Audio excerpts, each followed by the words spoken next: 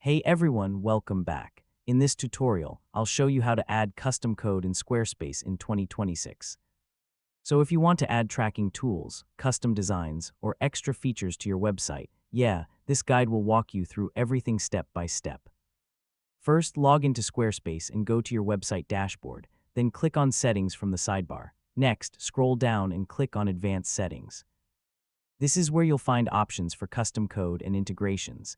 Now select Code Injection. Here you can add code to your header or footer, like Google Analytics, Facebook Pixel, or other scripts. Next, paste your custom code into the correct section. Make sure you don't remove existing code unless you know what it does. Now click Save. Squarespace will automatically apply your custom code across your website. Next, test your website to make sure the code is working properly. Check features like tracking, pop-ups, or design changes.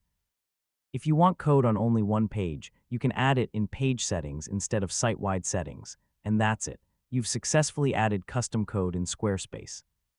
Just be careful when editing code and always test your site after changes.